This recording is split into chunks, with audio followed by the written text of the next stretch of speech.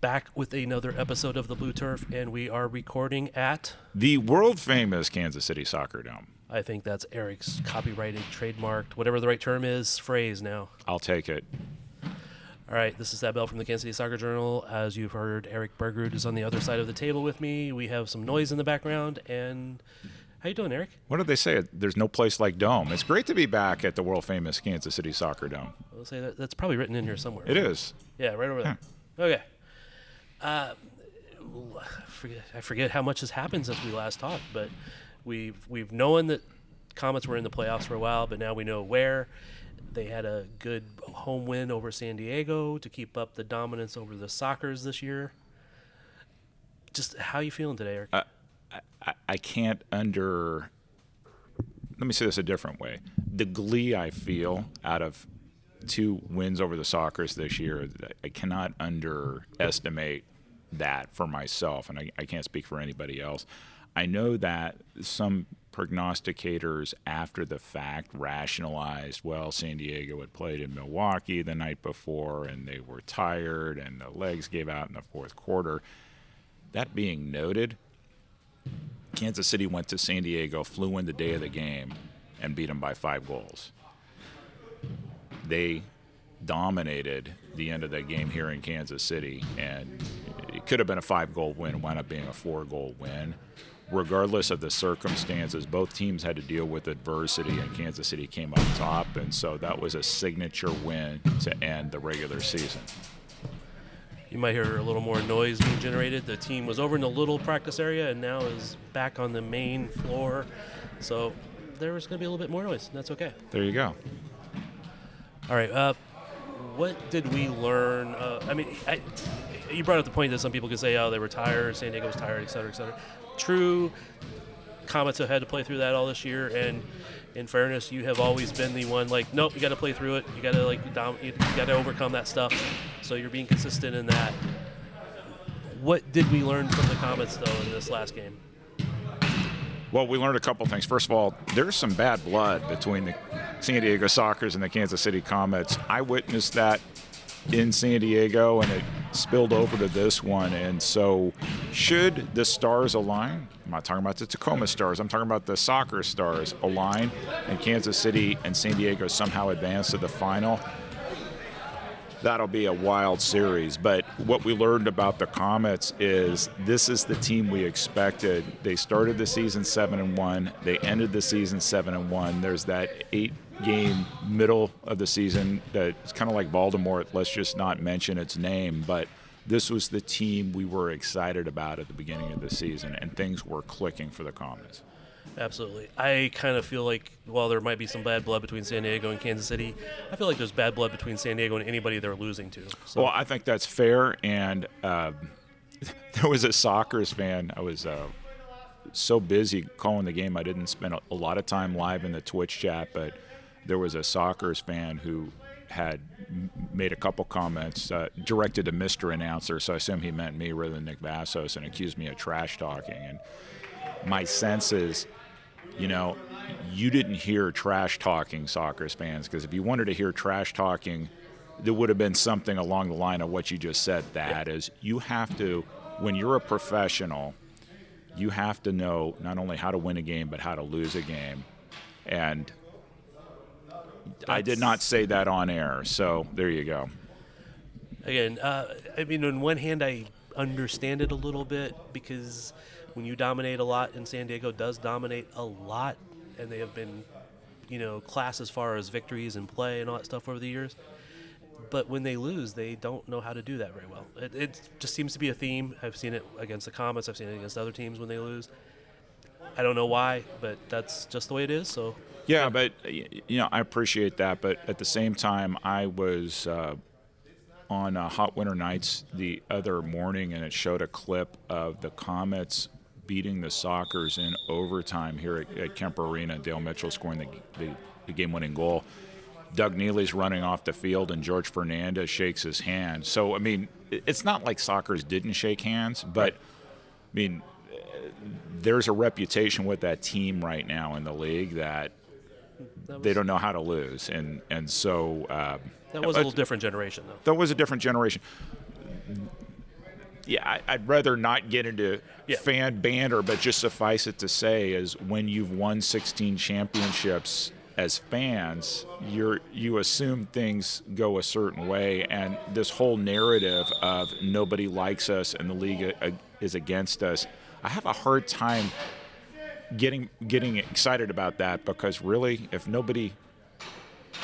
if everything was stacked against you, that's quite a narrative to say that we won 16 championships against all odds. I don't think that's the way it went down. Yeah, I don't either. And to be fair, that's a common theme amongst teams that are doing well. Oh, nobody likes us. Nobody likes us. Well, nobody likes you because you're winning. So there's a little fairness to that. No, that's fair. We mentioned the bad blood between Kansas City and San Diego. There's bad blood between Kansas City and Utica City FC, and I think we experienced this in the fourth quarter of, well, second half for sure, of that UCFC game here in Kansas City. There's still a bad taste in the Comets' mouth about getting knocked out in overtime in the wild card game in Utica last year. So there's going to be a continuation of that theme here in the playoffs. And I was thinking about this morning, that if you look at many of the opponents that are remaining in the playoffs, right, there are hard feelings in Monterey based on what happened down there. Absolutely. And not just the players, but the fans and the way the fans treated Comets players there. There's always hard feelings with Milwaukee.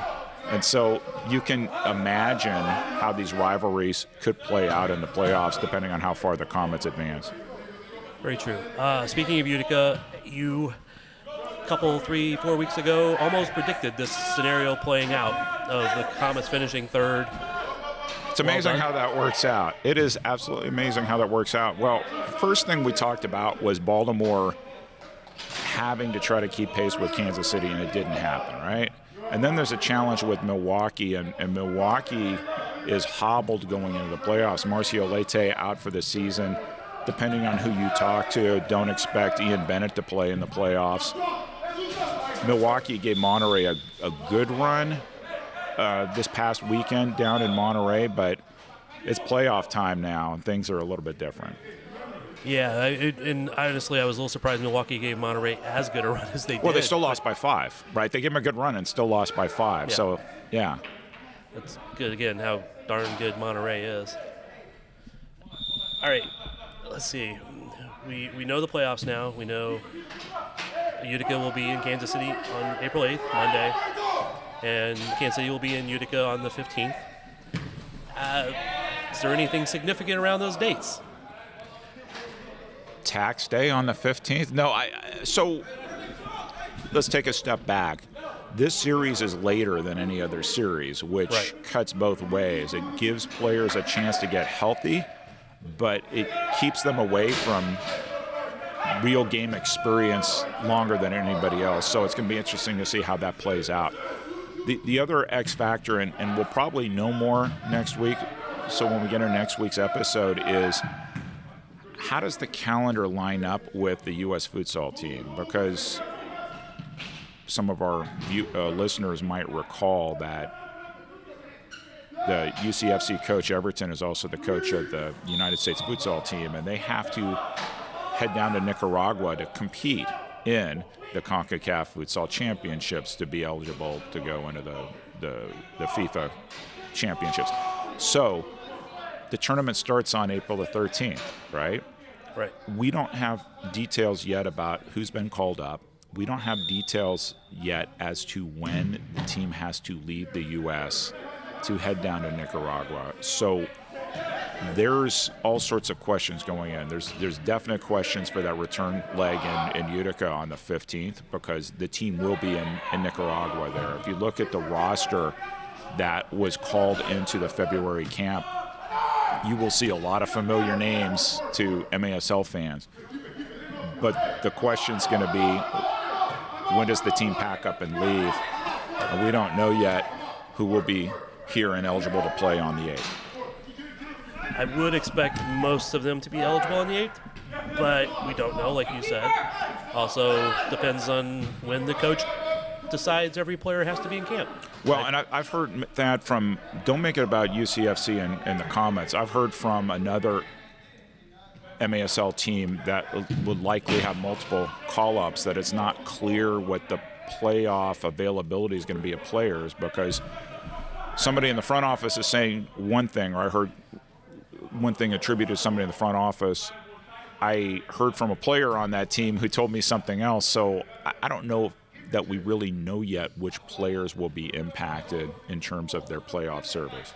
No, and of course, we don't know, but again, that's just part of who the coach calls up and when he wants them to be in camp. So let me add one more thing in terms of why this got pulled out. So Utica is known for months that their arena is the host site for the Women's World Ice Hockey Championship. And so I think what they attempted to do was find a scheduling way that allowed them to keep home field advantage, because one scenario that was presented to us is that they would have to play game 1 there, and then game 2 and 3 would be in Kansas City, and I don't think they were big fans about that. So that forced them to pull back in terms of when they would be able to host back to the 15th. And so the other series are going to be done by then. In fact, it wouldn't surprise me if the Western Finals start in the middle of the KC Utica series. And so it's hard to know how this is going to shake out. Yeah, it's life as a league that has players in other leagues. That's it. And call-ups, and you've experienced this with MLS and with NWSL to a certain extent too, is, well, actually for sure with NWSL, is when the U.S. calls up players in mid-season, what are they gonna do? And teams have to adjust. It just, you don't normally see this in the middle of the playoffs.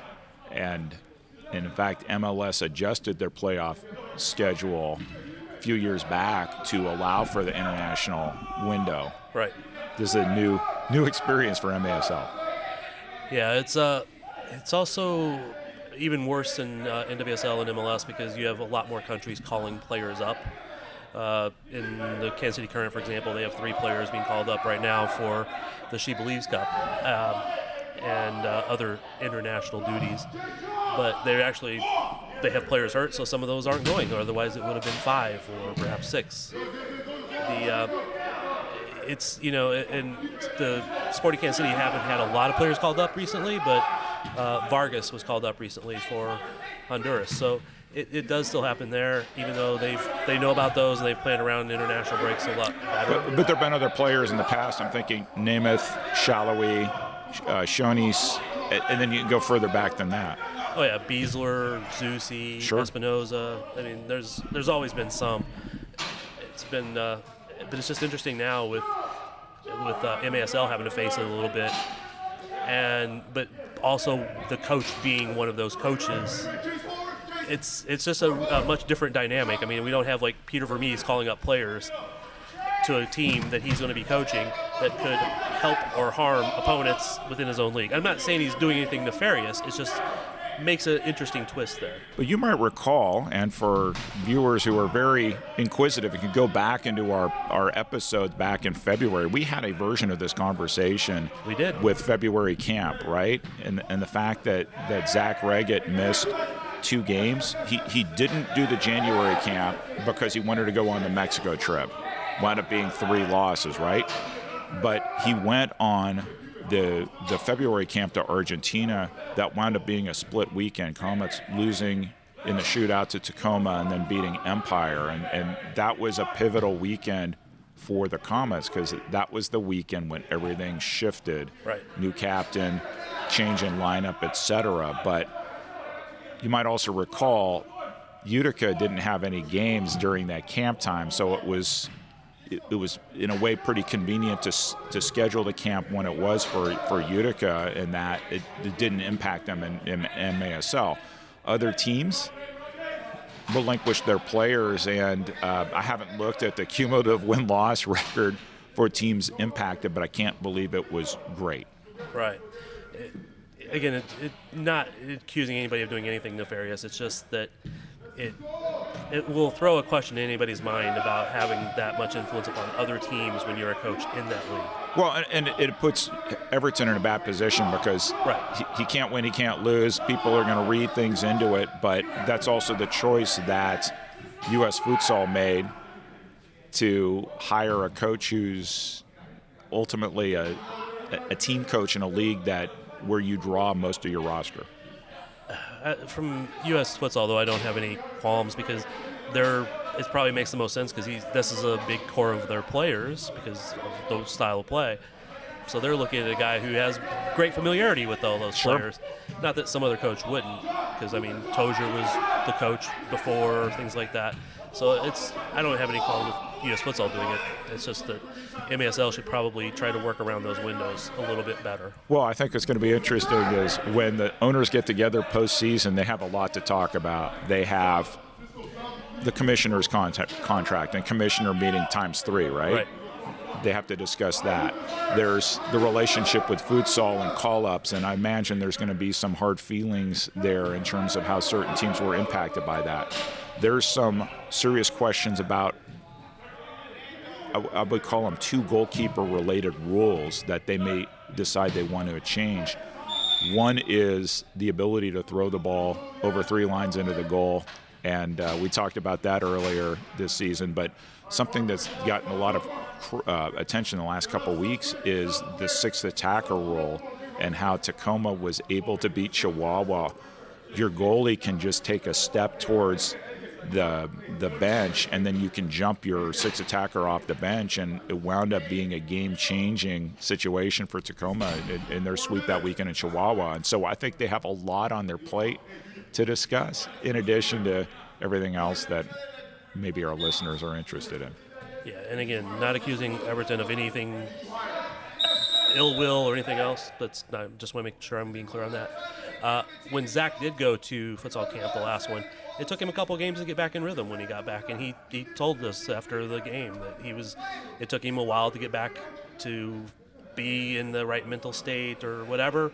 And that's another thing that if players leave and come back, I don't know when they'll come back, depending on how that camp goes. Well, the other reality is you may leave and you may never come back, because what I mean is your team's season may be done, and so that's sort of the underlying story here is, as the call-ups get finalized, what impact could that have on individual MASL team, not just performance, but how does their season end? Are they still playing by the time the CONCACAF tournament is over, or are they out and summer starts? There's a good chance that most of those players won't have a team to come back that's playing. So here's the ironic thing. If you look at the roster, you don't see San Diego Soccer's there. And so we talk about San Diego and the targets and whatever else. They're not likely to be impacted at all. It's something we should probably look at, why that is. Just the players they have are not futsal-ish players? Well, so 2 different things. One is it's the U.S. national futsal team. So you start thinking about these would be USA call-ups as opposed to other countries. So that's issue 1, right? Issue 2 is style. Right? And so the style of the play is different. There are similarities and differences between futsal and indoor soccer, and so there's some players that bridge both. There's some players that don't, and so the way the San Diego's roster is built, it just sort of doesn't lend itself to a lot of call-ups to that team. Beach soccer, they've had call-ups too, right? So it has nothing to do with quality or anything else. It's just style and experience. Fair enough. All right. Let's see, what else do we need to cover today? We need to talk about my special guest coming up on 10 for 10. It's a pretty cool special guest. Yeah, so we're recording this on Friday, March 29th, and the afternoon of March 29th, episode 10 drops, and my special guest is none other than the voice of the Kansas City Comets, Nick Vasso. So the league thought this would be a great idea, the way to put a bow on this year's episodes, where I get to sit down and ask Nick questions. And not only trying to bridge his attack experience with today with the Comets, but his radio experience with Twitch. And so those are not only different eras, but different mediums in terms of how he's had to call games and really sort of try to get a sense of his perspective. Is this your favorite one that you've done so far? Oh, I can't say that because as it is right put you on the now, spot, right? As it is right now, I do get messages. You get messages too from people who listen and have questions or thoughts about things that we say. This was a personal request I made to the league. We weren't sure where we were going to go, and I had said, "Hey, no, let me rephrase. I had suggested, hey, what would you think if we did this? It might be a nice way to end this, a little bit more personal. Not that other ones weren't, but I don't know that I can treat a Nick Vassos interview in the same lane with everybody else. But it's been great to talk with people ranging from the commissioner to Shelley Clark to different team presidents, including Harrisburg and Monterey, and people who are sort of the unsung behind-the-scenes heroes who make this league happen. You don't see on the field. You don't necessarily see it front and center for their team, but there wouldn't be an MASL without them. Yeah, and I've listened to most of them. I have to admit I haven't listened to all of them because I get kind of busy at times and have to play catch up a lot. But I'm really looking forward to this one. Nick's a great guy. Love him. So really looking forward to that. It's great having him as a partner. I learned a lot. I learned a lot when I had to take his place as play-by-play because he not only preps really well for this, but his experience and his style, he has a cadence to how he calls games and trying to fill in on a one-game substitute. I'm back happy as color analyst. Yeah, I think you and Brian called each other Nick how many times? I don't know, too many times to count. It was painful. It was good. It was good. I think both of you are good at it. It's just that you both expected Nick to be there. So yeah, well, it's hard. And chemistry, I think with Nick, it's something that we developed pretty quickly right away, but it wasn't game one. I stepped on and over him multiple times that day, and there's things I see now like I didn't see it that day. So let me give you a quick example. That wasn't only my debut, it was Matt Lewis's debut. And somebody had the idea, let's give him number 2. Well, there's a problem with number 2. Yeah. That's Gino Schiraldi's, right. And it's right. But I was so, I want to say frazzled, trying to figure out what's this color thing. I didn't see that at the time. It was only after the fact. It's like, oh, why didn't I notice that? And so there's things you see differently the more experience you get announcing. And Nick goes back to 1996. He's seen a lot. Yeah, but I also appreciate the history that you bring to it in a different way. So I do appreciate both of you guys. We're busy at work already. I mean, so Utica comes to town on April 8th. The prep work has already started. It's not like we sit there the day before, the day of, and make this up. It takes hours and hours of research to prep, and we just do it differently than other teams, other announcers do. And I just believe that you guys are the best from any of the ones that I've listened to. No, we appreciate that. I spent a quarter with Joey Zanaboni, which was a real interesting experience because he calls the game very differently than Nick does. But also, I think, to his defense, there's an enthusiasm difference between calling St. Louis City games where they've been competitive right away. And Ambush has been frustrated not only this year but for multiple years, and so he has a tendency. I hear clips of his St. Louis City games, but he definitely has a tendency to veer away from the game with the Ambush, and so we didn't spend a lot of time talking about the action. We talked about some of the behind-the-scenes stuff, but we sort of got away from the moment. But that experience in St. Louis is very different than calling a game at Cable Dahmer Arena. All right, I know you have a meeting you have to get to here in a little bit, so I appreciate the time. But at what point this year did you feel confident Comets were going to make the playoffs?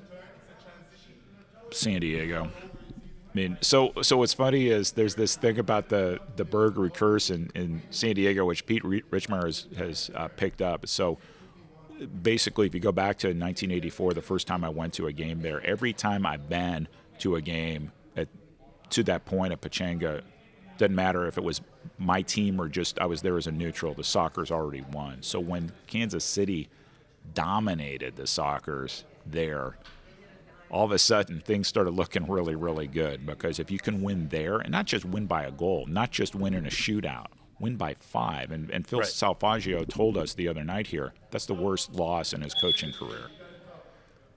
That's pretty amazing, because that's a long time. That was a statement win by the Comets. And once they did that, you could just see the confidence build up. I went out to dinner with them that night. You could feel where they were feeling, and I wound up hanging with them for part of the next day. They had a recovery day doing beach volleyball, and so it was a great experience. But that team grew together from that experience in San Diego and that win, and they have carried that since. And you think about it, they haven't lost. No.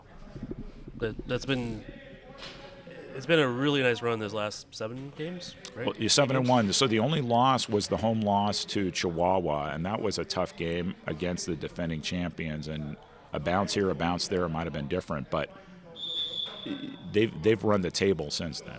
Yep, it's been pretty impressive. All right, one last question for you. I'm going to caveat this. Well, first of all, let's see, Neto, keeper of the week? Neto and Berto. Yeah, and Berto's going to end the season with the most blocks.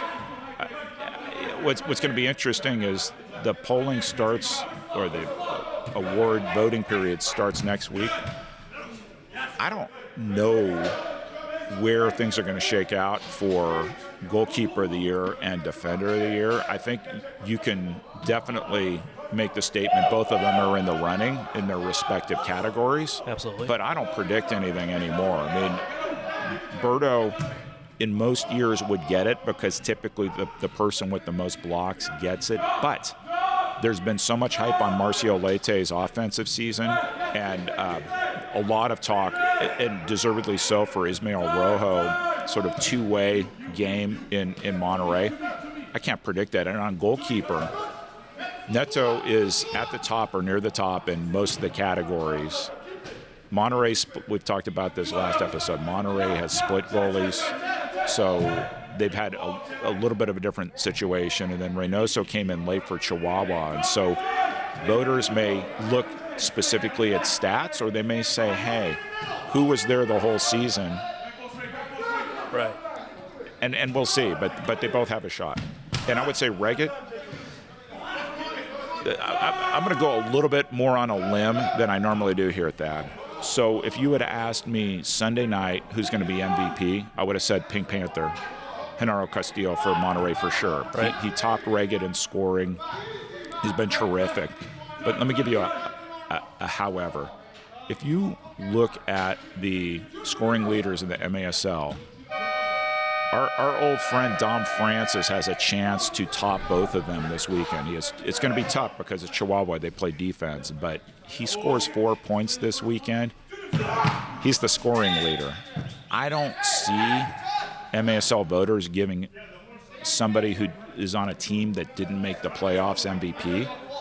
It throws it wide open then, and voters may not look at who had the second most points. They may be looking in other ways. Yeah, for me, when I've had votes in other leagues, which I don't have a vote in this league, thank you very much. Sorry about that, Thad. Don't blame you. But when I've looked at, personally, when I've had votes in other stuff, I didn't always look at who scored the most goals or this or that. I wanted to see who had the most impact on team for MVP. And I think Zach makes a very credible case for that. Well, there's a very credible case to make for Zach. I don't think Zach's making it himself, so I don't want to put it that way. But there's a very good case that he has meant the most for this team to be at where they're at. Agreed. All right, where I was starting to go with that question, though, was we'll throw out Neto, we'll throw out Berto, we'll throw out Zach. Which player do you think will have the most impact for the Comets in the playoffs? I surprised you on this one. I didn't forewarn you. Sorry. You can only imagine where I went first with this is goalkeeping. I think that how Neto goes, this team goes. And so Reggett will be impactful, but I think it's going to come down to Neto. If Neto plays lights out, this team could go all the way. And so there's going to be pressure on him to deliver. and more pressure on him than any other player on this Comets team. Right. Not using one of those players that I mentioned. So not Neto, not Zach, not Berto. Who would be the most impactful? Nacho. I didn't even have to think about it. Nope. I mean, for me, it's tough when you talk about team MVPs, but you cannot – the Comets would not be where they are right now on the field, off the field without Nacho. And so he may not get any awards this year, but this is Nacho's team. Yep. And it's turned around pretty well since he's become the captain. Absolutely. All right. I appreciate the time, Eric. I know you got to get to a meeting. Is it at your normal job? It's at my normal job, so somehow I'm able to manage both. But it's been a fun run this season. Looking forward to another podcast episode coming up. Really excited to see UCFC again. Can't wait to see what response Nelson Santana gets when he touches the ball that first time at Cable Dome Arena. And I have been told that Utica has now surpassed any other team in MASL as far as rivalry within the Comets locker room.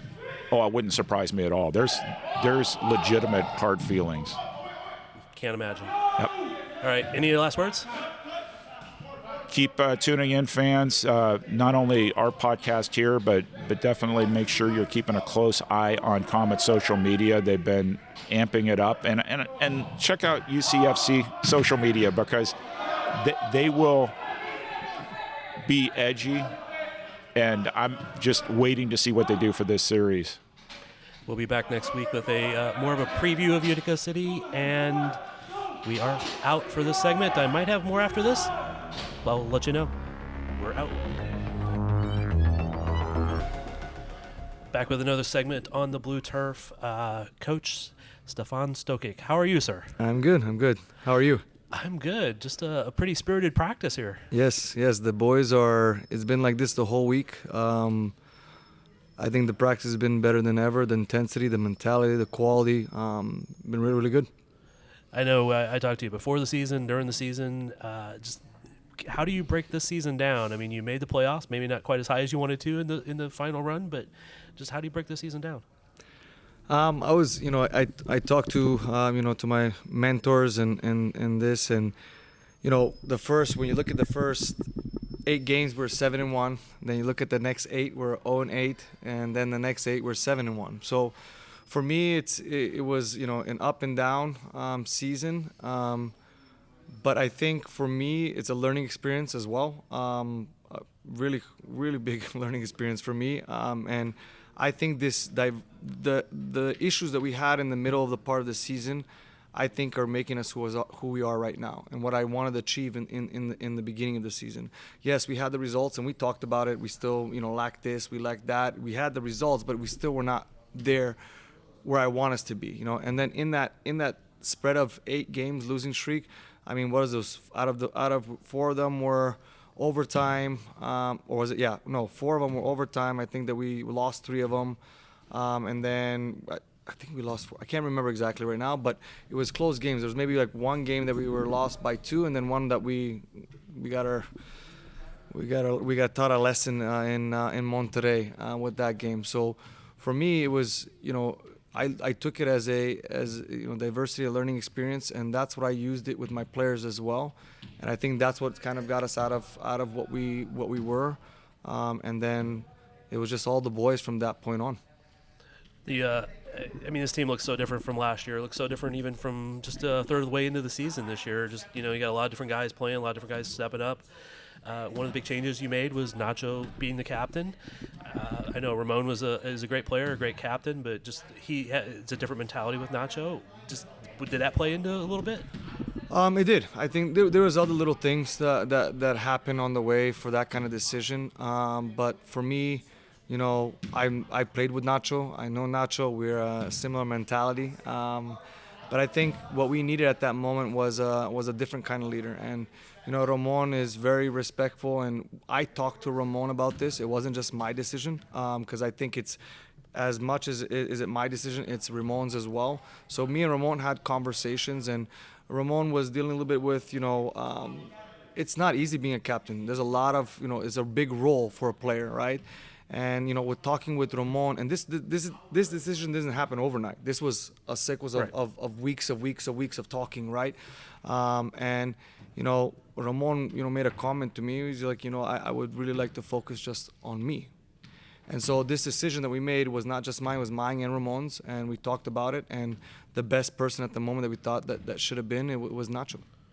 Yeah, from the outside looking in, I felt like Ramon actually played better after that change. Like he was freed up a little bit. He could focus. I'm not gonna say anything. I'm gonna let Ramon say that. But I would agree with you. I think the moment the captaincy band came off his arm, he felt like it looked like he just got freed. And I think like 8 goals, or I don't know how many assists at that point. So little details always matter. But again, that's just shows you what kind of person Ramon is as well. That he, it's not easy doing that and giving up. But he did what he thought was best for the team.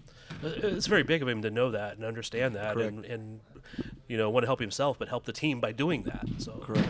I think that's a pretty incredible. That's a true leader. Yeah. So it's just people lead by different ways, and that's a great way that he does it. Nacho's, like you said, a little bit like you, a little more fired up about certain things, a little more intense about certain things. Is it good to have kind of like that other person that kind of echoes your same voice? Correct. I think so. There's two different kind of leader captains in my opinion. The silent ones and the vocal ones, right? And Nacho is for sure a vocal one. Okay, he's very vocal and emanated. He just has the passion, love for the game, and that was something that I felt that we really needed at the moment in the season where we're at. And we felt that there was a change needed to be made, but that's one of the reasons why we made it, was just because of his mentality and his being vocal.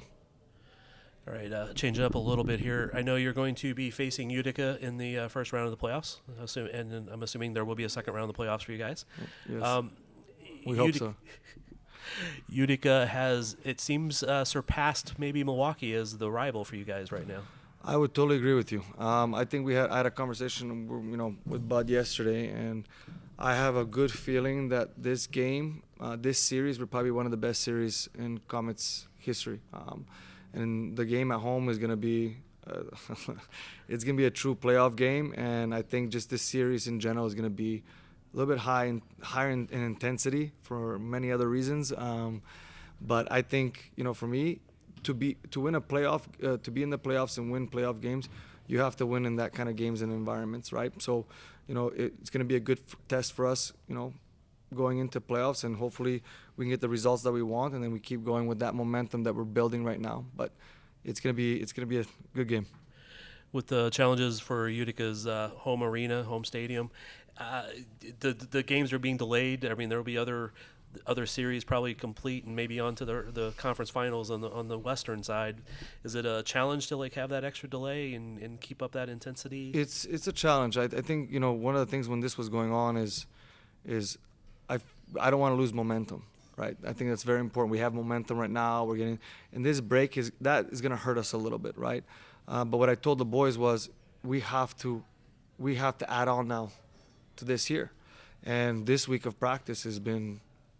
The intensity has been higher than ever, and for me, they're making up for that right now. So for me, I feel better now because I see that at practice and especially next week. But to be honest with you, we have to win. We have to win games in any kind of circumstance. I think if you look at the middle of our season, we had a tough, rough. I'm not blaming on that. That has nothing to do with it. But I'm just saying that I think that made us who we are right now. Is that Apex game of the travel and the games, the teams that we played against, and the diversity, and I think that's going to help us now fight the diversity in playoffs. So, cool.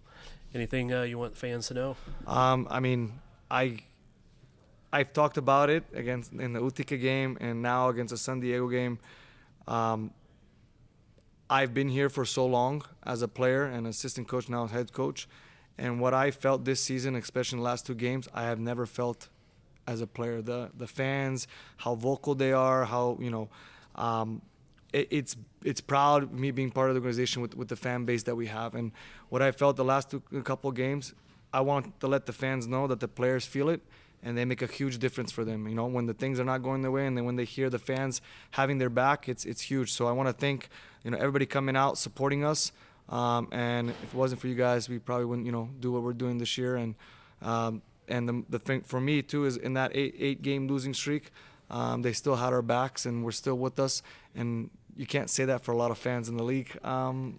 I'm not gonna go into that, but what I want to say is thank everybody and having our backs, and we will try our best from our side to bring it back the cup. Kansas City always has the best attendance in MASL. They're always out there cheering, so it's pretty good crowd here. Yes, it is, and we appreciate everybody coming out. All right, thanks for the time, Coach. Thank you.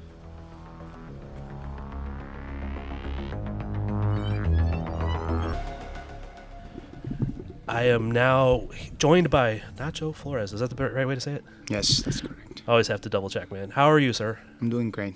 Yeah. It was a little bit of an intense practice there just It now. was. Yeah, it was really intense. We're competitive. We don't like losing, and especially with dividing the team into like not just the starting and the reserve, Right. makes it even more competitive because obviously no one wants to lose. So it was a good one. I enjoyed it. It was fun to watch. Yeah, I bet. People don't realize sometimes these practices are some of the best games ever. Yeah, this is where you get better, I think. I mean, obviously, playing games, you get a lot more experience, but practicing like this is what makes you better. All right, the teams in the playoffs started really well, not so great in the middle, finished really well.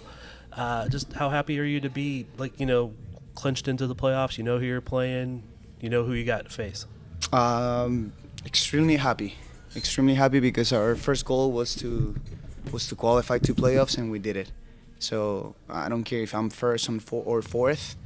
In this case, we're third. I really don't care the way we go into playoffs, because in playoffs anything can happen, and we have the same possibility of winning it than the other team. So I'm just extremely happy to be there. Cool.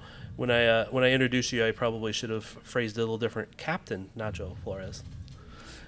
I wish this was video. You should see the smile. You just thank you. It was a great smile, man. Thanks.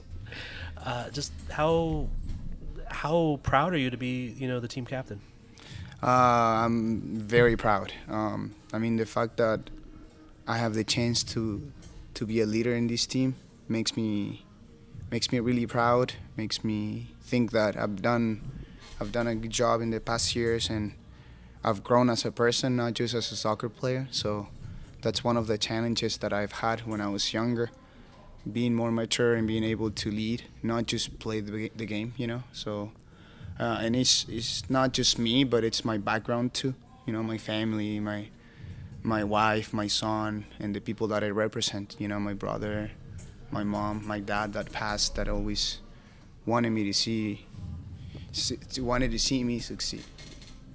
When I was talking to Coach earlier, he talked about some of the things that went into the decision to switch from Ramon to you, and Ramon was all for it. He picked you as the next captain also, besides Coach. So, how good did that kind of feel? Well, in that moment, it was a very difficult moment. Yeah.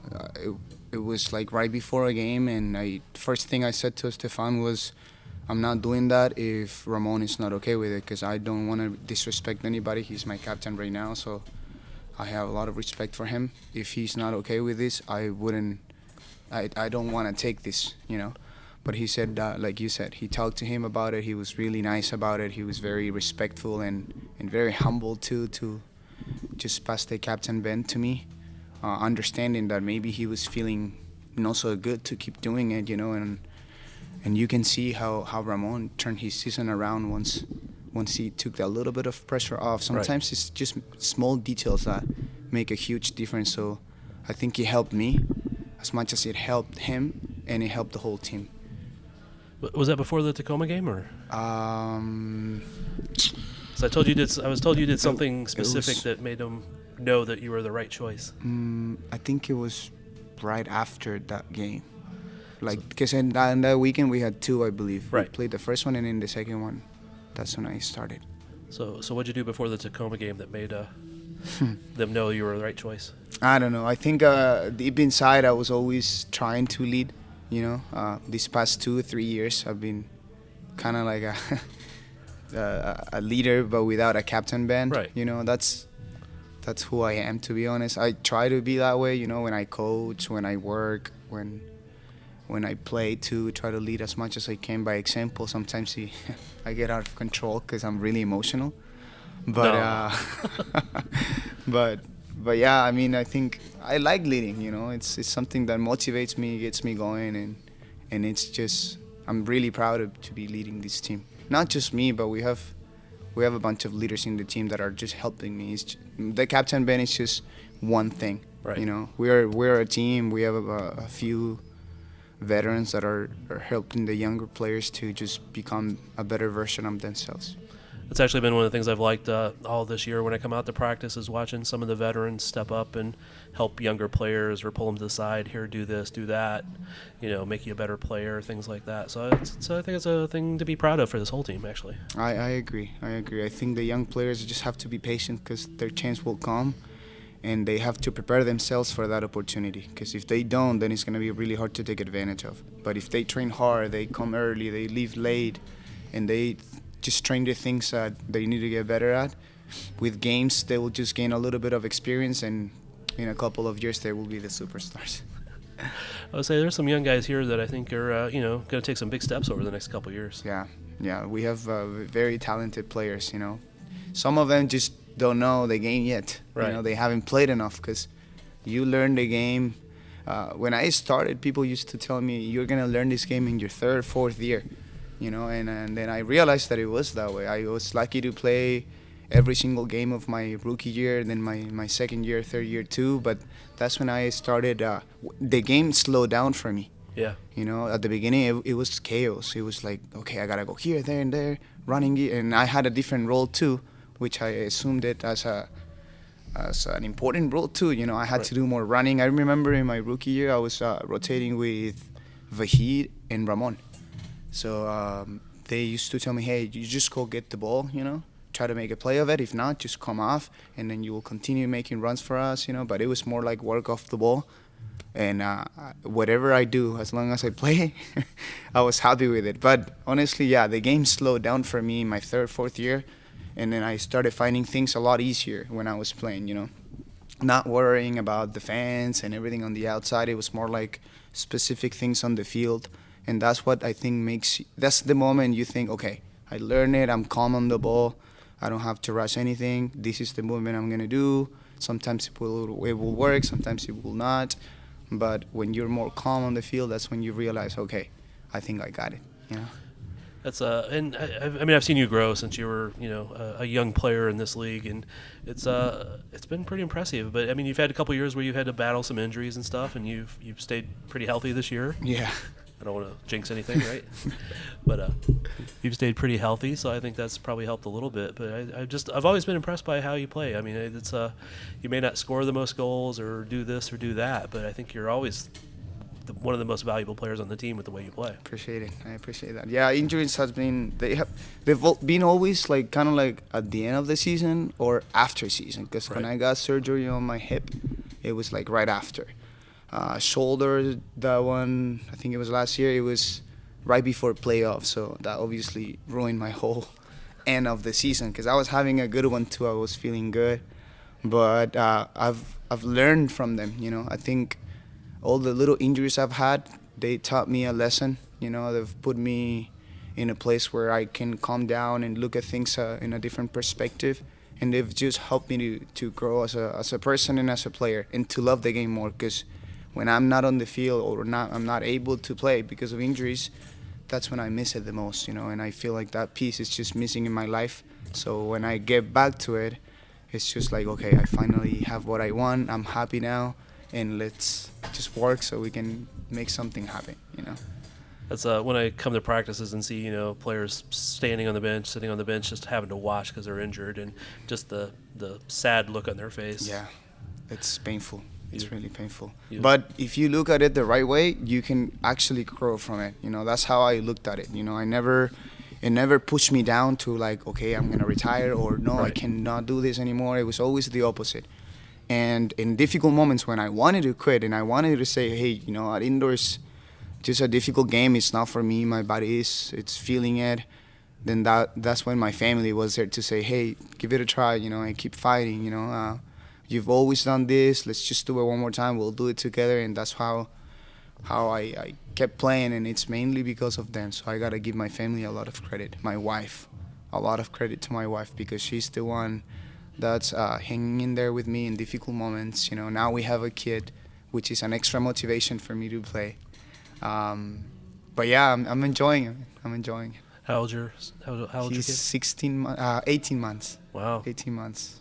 I remember when he was born. I just time flies, man. Yeah, it's crazy. Now he's wanting to talk, running around with a soccer ball. But not the only ball he has. He has tennis, he has football, but he wants to kick everything, so it's not like I'm forcing it.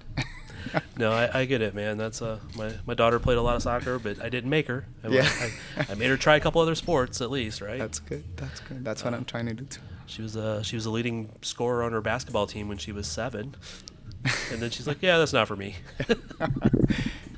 It's whatever they want to do, right? We Yeah. just gotta support him. Yep, she's great at music now. So Amazing. We love music too. Yeah, she actually sang national anthem for you guys a couple years ago. Oh, that's really nice. Uh-oh, you're getting called. By who? I don't know. Mikey. Is that Mikey? Yeah. What a great player, Mike. Yeah, he's come a long way this year, Amazing. man. Mikey Linus Yeah, he's great. and Costa. Oh no, Both those that guys, dude man. is great, man. That's I say when I come out here to practice and watch, I watch for how players grow, and like I said, I was talking about you, but I think those two guys, just watching them like learn how to play the game, how to pick out those passes, when to hold the ball, when to go, things like that. I mean, I think they're far from where they will be if they play this game for a few more years, but just seeing them grow this year has been pretty cool. It's crazy, and they have this personality that they can take the challenge. They've been thrown to like power plays, free kicks, and they just go and do well. So they have a just very talented players with a mentality that want to just kill it. I think they're the future of the team for sure. Yeah, And not just them, but we have people that you guys haven't even seen that right. can do so much damage in the future. You guys will see them. Yeah, that's a lot of people don't understand too. Is I might see somebody out here for 2 years before they ever see the field. Mm-hmm. Yeah. And for some of everybody, them never it's see just the field, but some of them. Yeah, you're right. Yeah. I mean, that's how it works. Sometimes you get a chance. That's what I was telling you before. I mean, as long as they stay prepared for that opportunity, and if they take advantage of it, and everything will work out their way. But they have to stay ready, because that chance will come. That's the way it worked for you, right? Yeah. I had the experience of training with great players. I started. As soon as I graduated, I joined the Comets to just train. So we trained. Right. I think it was Pino Yeah. and I started just training. We trained that whole season until they finished, and then the next one, we both got signed. So we had that little bit of time, 3-4 months, to learn a lot. We got yelled at a lot because we were doing the wrong things, but then we finally learned it a little bit more, and we were able to have a good rookie year. Oh, very good. Who's like maybe the player you love or hate to play against the most? Oof. Maybe it's a love-hate relationship, Yeah, love to play.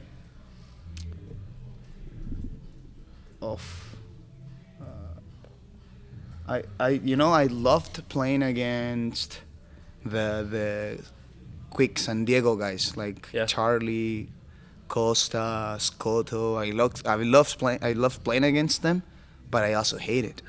It's a Tavoy, Yeah. great target. But it's mainly then. I don't know why I like playing against them, but I also hate it because they're good. They're quick, they're talented. They come up with some crazy plays. You could see in the last game I got into with Scotto a little bit. But we always do. And then off the field, I mean, we have no problem. It's just on the field that we're both like warriors that want to win. And then obviously we crash, but nothing more than that. So that would be my answer. I love playing the San Diego guys, but I also hate it at the same time because they're really good. No, that's a really good answer, man. And I would say on the current Comets team, if there was anybody that was probably going to get into it with somebody else, I'd probably nominate you as the number one guy. Yeah, working on that. I'm working on that. I'm really doing, because I don't want that to affect the team, but Right. I'm able to control myself. Sometimes I don't think the cards are my favorite, but I have nothing to say about the refs either. No, I'm not gonna start. No, let's anything. not do anything to get fined, right? No. But I seem to remember another guy on the team, some guy named Stokic, who used to do that as well. So I think that might be exactly why you're the. I say exactly why, but that's part of why you're the captain, because you're like him out there. Yeah, he was he was pretty crazy too. I have to say, and in terms of blocking and defending and the way he risked his body, it was just incredible. Yep. And the intensity he played the game is something really similar. Is it a little bit different to be coached by somebody you played with? Well, I also played with Leo, so Right. I'm kind of used to it. The only coach I had that didn't play with it was Goran in my Yeah. rookie year. But then I had Coach Leo and then Stefan, so I'm kind of used to it. I just understanding the role and how to respect them after we were teammates is, to me, it's not a difficult transition. Plus, they were older than me. They kind of like taught me the game, even when there were no coaches, Right. So it wasn't a tough Okay. Is transition. that something for that me. you'll go into someday, is like coaching at this level? Oof, that's I don't think so. I don't see myself coaching the Comets. No? No, I don't. I don't know. You never know what's gonna happen. Never know. But as of right now, if you ask me now, you want to be the coach one day? I would say no. I would prefer to be doing something different with the family. Cool. Anything I should be smart enough to ask you today? That's your free reign to say anything, essentially. No, I don't know. Utica coming up. I've been told that they have kind of surpassed previous rivals, Milwaukee and other teams, as the number one rival right now, just because of the last couple years in the playoffs. Yes. Yeah. We always end up playing each other, and it's getting to, like you said, it's like a classic game. Right. And they play well. They have a very direct style of playing, which works most of the time for them, So it's gonna be a great game. I think both teams have what it takes to make it to the next one, so it's gonna be a really difficult one. But we're preparing ourselves to beat them. We have the faith. We've been playing really well in the last couple of games, and we've been training really hard. I'm not saying they are not. I mean, I bet they're doing the same thing, right? Oh, yeah. But I'm excited. I'm really excited to play against them. I don't forget the moments that I felt. So, like, for example, when we went to Utica last year and we lost in that, I think it was overtime.